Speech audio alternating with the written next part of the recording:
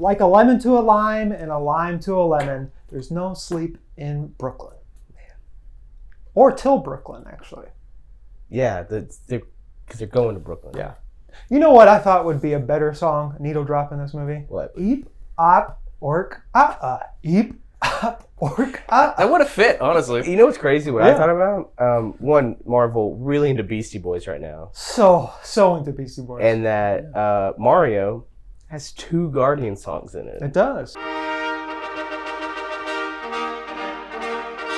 Hello, everyone. We've watched the final Guardians of the Galaxy movie until they decide they want another one. Yep. Without James Gunn? Yeah. But this is the last one by James Gunn because he's now a DC boy. He is the DC boy. DC dude. He's the DC dude. He wrote and directed this one just like all the other ones. And it stars a lot of people. Should I list them off? Yeah, go ahead. Go for it. Okay. You got Chris Pratt, Zoe Saldana, Dave Bautista, Karen Gillan, Paul Clementieff, Bradley Cooper, Shakuti Awuji, Will Poulter, Elizabeth Debicki, Sylvester Stallone, Sean Gunn. This story is Rocket Raccoon. Sorry, didn't mean to disrespect her name. Rocket Raccoon's story, and it basically, the whole movie revolves around him. I mean, like, the High Evolutionary to Adam Warlock to everything, it's because of him or because someone wants to get him. High Evolutionary wants to get him because he has experimented on him. And without going into too much spoilers yet, Rocket's got something that the High Evolutionary wants because High Evolutionary wants to make everything perfect because he's a perfectionist and a narcissist. Classic villain stuff. Classic. And the Guardians, he has something that the Guardians need.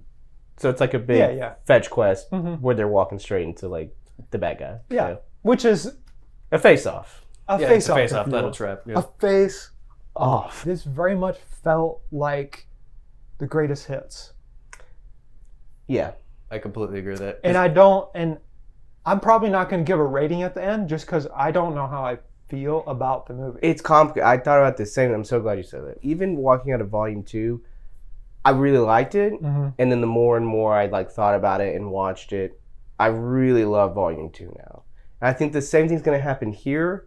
But I think when you say greatest hits too, I think this really should have been the second movie. Make Volume 2, Volume 3, because that one has such a big ending. It ends Peter's story, who started the whole thing. He's the main character. Yeah, and I read an interview with Gunn who said that this was supposed to be the second movie, but he thought, well, I need to finish Peter's story before I start someone else's story, but to then start someone else's story as your last movie just feels like you go in and you think, man, like everything's gonna connect, and that's what people have been promised. Like, it's Rocky. He's been there the whole time. It's like it's kind of like that, but not really. It's the least tied to Marvel. Yeah. But also, there's such a huge plot point that just is so much that it was Marvel's doing with Gamora. Yeah. That it just by the end you're like, do I feel like it was like this was the best conclusion for everyone? I think there's some really great conclusions in there. I do not know if it was kind of wrapped up perfectly where emotionally you're like, yes, every character, yes. Yeah. That's kind of what I like about it, is you said it's the least tied to Marvel. I am not a big MCU fan. I like them, but I love these movies because they just don't have anything to do with, aside from the first one where it's kind of Thanos at the end or whatever, but this one it's just its own thing. If you've seen the first 2 movies, the only thing that hasn't, with the giant MCU universe, is Gamora doesn't remember. And then it's like James Gunn is angry that it happened because he has he gives Peter Quill a monologue about what happens, and they're yeah, that's pretty much it. It's pretty silly. I feel like they struck a deal with the Russos. Yeah. I don't know if this actually happened. This is me just theorizing. Speculation. That he was like, no, I want to end Gamora and Peter Quill's story, not you guys. Yeah. And so he's bring back the multiverse version, which makes sense in the movie. But it's it doesn't feel like a good conclusion.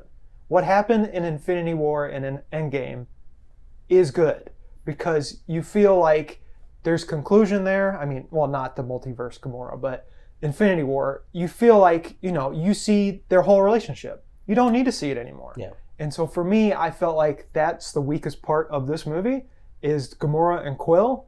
Like, I understand Gunn's mad that his story got ended in another movie, but it's the Marvel Cinematic Universe. Well, I just think that there's more. That's why, like, with this, like, you could totally, like I said, you'd make Rocket the sequel, and then it pays off like crazy in the final one with like the Yondu stuff and everything, and you can still kind of make Gamora forget everything in that last one, but it ties more into like family, you know. And so I think it's just that like Gamora's story could have worked. That really could have done something like great. It just doesn't fit into a movie that is legit like mostly about Rocket, and also a movie about Rocket where Rocket is kind of minor, which is kind of a bummer because you're just like, I love Rocket. I think Bradley Cooper just kills it in every movie he does, especially in game as well. Yeah. And to have him have his story, but you're like, yeah, but the Rocket you know is just comatose for a little bit. So High Evolutionary, the way Chakotay Iwuji plays him is like, he's amazing. What's great is it reminds me of Lex Luthor from the first Superman movie, in that you don't know exactly his plan. Making land deals. Yeah, or how he got all this stuff, but he has it. Yeah. And he's overacting like Gene Hackman in the original Superman. And it's just amazing because you could tell this guy comes from theater. And he's acting like he's on a stage, basically. Yeah. And you're just like, I love this guy. And he feels villainous. Yeah. And that's something we miss. Like, even with Kang, you kind of miss the villainous of him. So he's just straight up evil. Like, and again, James Gunn's very self-aware of that, and he has Peter Quill monologue about, I don't care. You're evil. Yeah. I'm going to stop you. Yeah, I do. It's like a conflicting interest with me. I love where they're going with Peter Quill, but other times the resolution of some stuff, I'm just like, well, I mean, another good thing.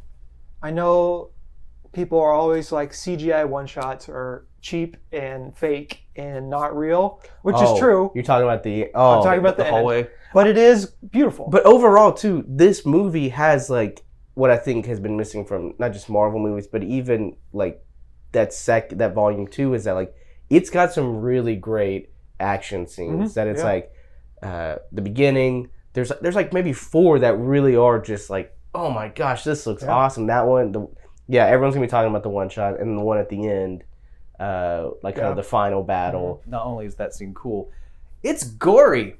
Like this movie gnarly. This movie is. I'm shocked it's PG-13.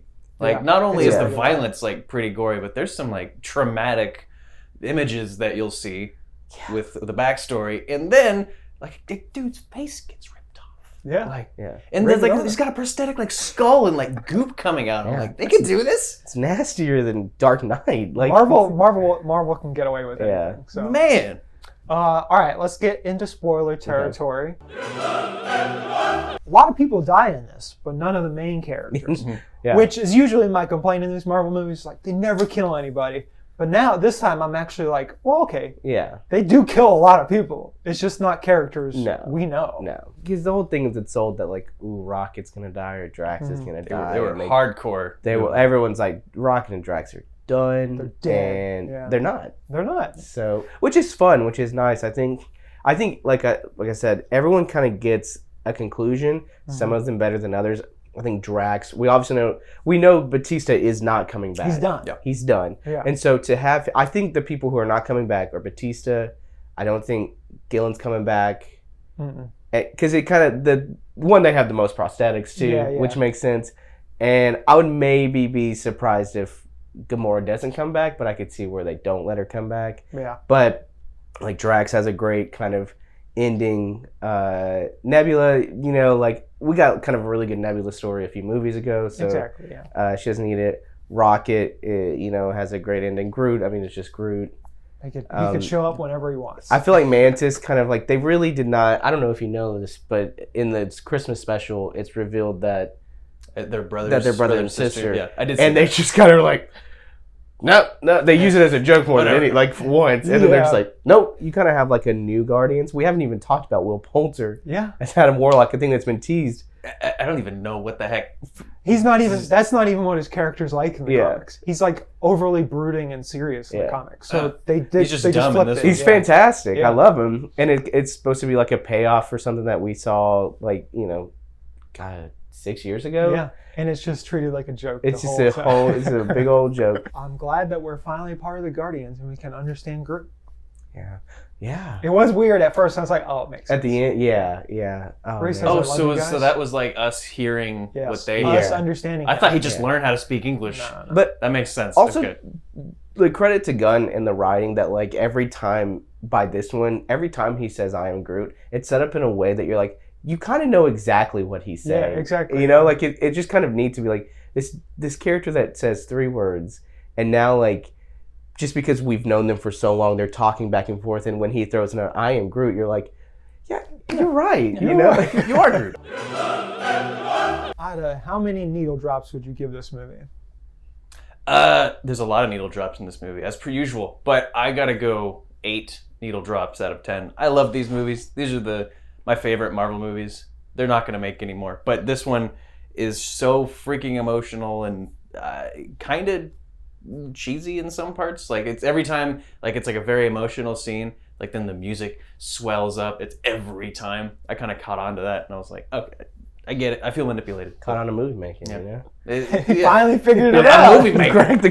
But I love James Gunn movies. I love these movies, and I think it was an okay send off. It was pretty good. I think I'm gonna go 7.5 needle drops. I would go 8, but when you throw Badlands just over the credits by the boss, you lose half a star. You know, you lose half a point.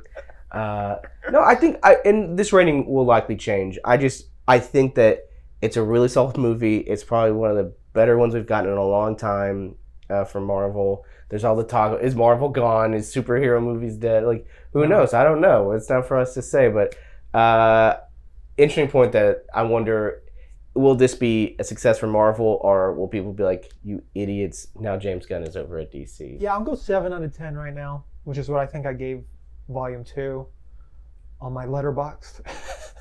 But I think there's too many needle drops in this movie. There are too many. Like I could do without the Mowgli's, like throw them out. There's some really great ones. But yeah. When you compare it to the Volume 1 needle drops. Nothing will ever beat Volume 1. Yeah, so I think James Gunn was trying to chase that high. And he was trying to find it. I liked it. Even though I have some issues with certain things, I liked it overall. And I think it makes a good 1, 2, 3. Yes. Now I would go 1 through 2, actually, is how I would rank them. I would as well. Yeah, wait, 1, 3, 2, like one's the best? Yeah. Yes, same. Oh, well, I think you go 2, 1, 3. No, 2, 3, 1? No, 1, 2, I don't know. 3, 2, 1? 4, 5, 6? Special.